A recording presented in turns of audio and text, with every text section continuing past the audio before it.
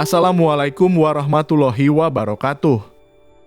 Video kali ini akan menyajikan beberapa nasihat penting dari seorang sufi besar asal Mesir, yaitu Imam Ibnu Athaillah As-Sakandari. Selamat menyimak dan semoga bermanfaat.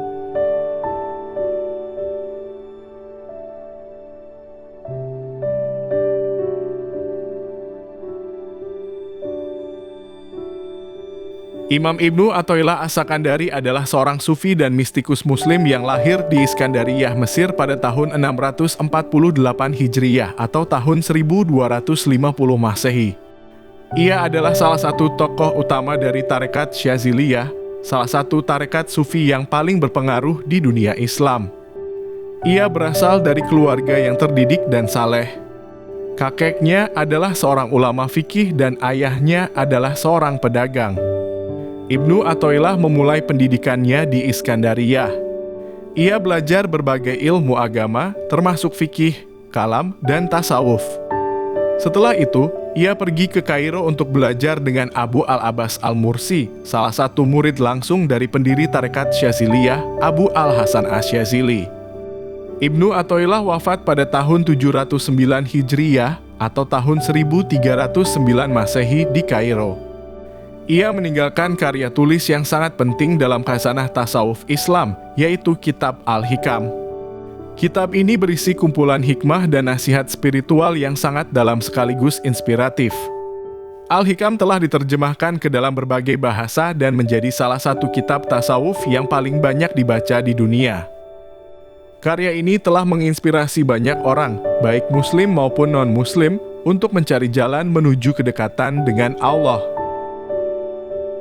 Berikut adalah beberapa nasihat penting Ibnu Athaillah, khususnya yang berkaitan dengan zikir, salawat, syukur, anjuran menjauhi kemaksiatan, serta motivasi ibadah kepada Allah Subhanahu wa Ta'ala. Jika engkau telah berusia 40 tahun, maka segeralah untuk memperbanyak amal saleh siang maupun malam. Sebab, waktu pertemuanmu dengan Allah Azza wa Jalla semakin dekat. Ibadah yang kau kerjakan saat ini tidak mampu menyamai ibadah seorang pemuda yang tidak menyia-nyiakan masa mudanya. Bukankah selama ini kau sia-siakan masa muda dan kekuatanmu? Andai kata saat ini kau ingin beramal sekuat-kuatnya, tenagamu sudah tidak mendukung lagi. Oleh karena itu beramallah sesuai kekuatanmu. Perbaikilah masa lalumu dengan banyak berzikir, sebab tidak ada amal yang lebih mudah daripada zikir. Zikir dapat kau lakukan ketika berdiri, duduk, berbaring maupun sakit. Zikir adalah ibadah yang paling mudah.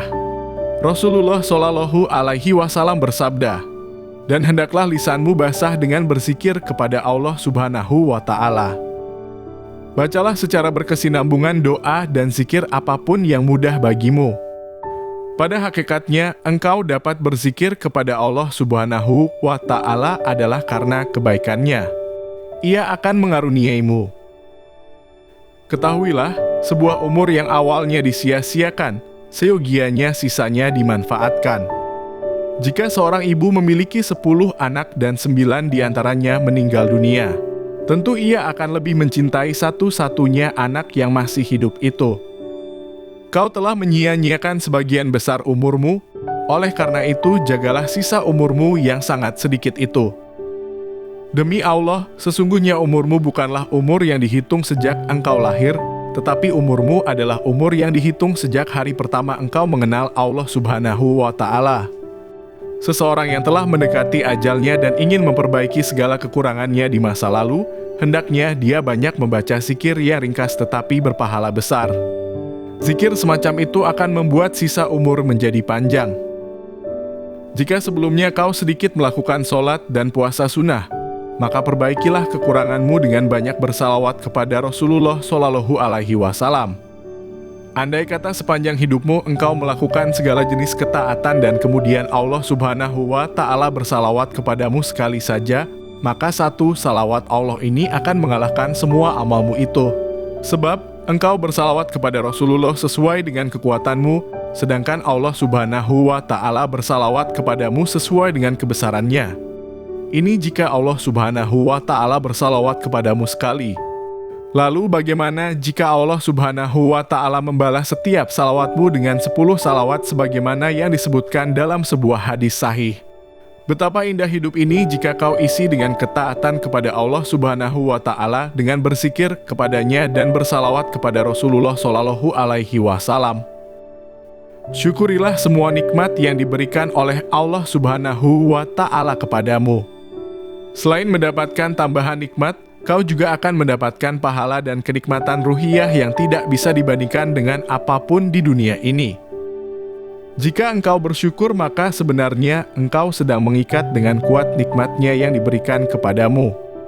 Semakin engkau bersyukur, semakin banyak nikmatnya yang akan diberikan kepadamu.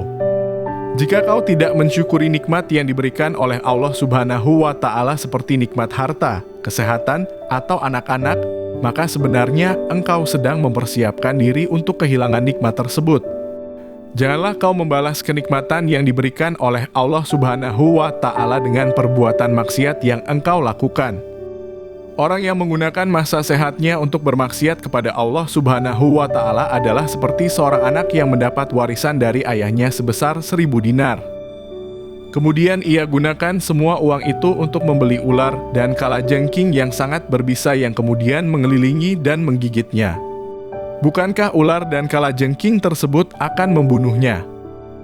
Kau gunakan masa sehatmu untuk bermaksiat kepada Allah Subhanahu wa Ta'ala. Maka nilaimu adalah seperti burung pemakan bangkai yang terbang berkeliling mencari bangkai. Dimanapun ia mendapatkannya, maka ia segera mendarat.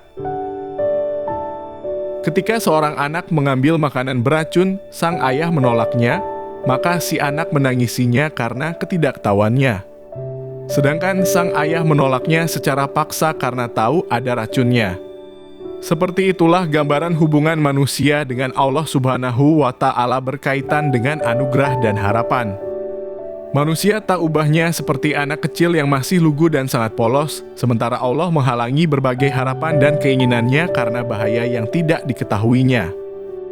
Penilaian akhir yang paling baik dalam hidup adalah kesesuaian dengan kehendaknya.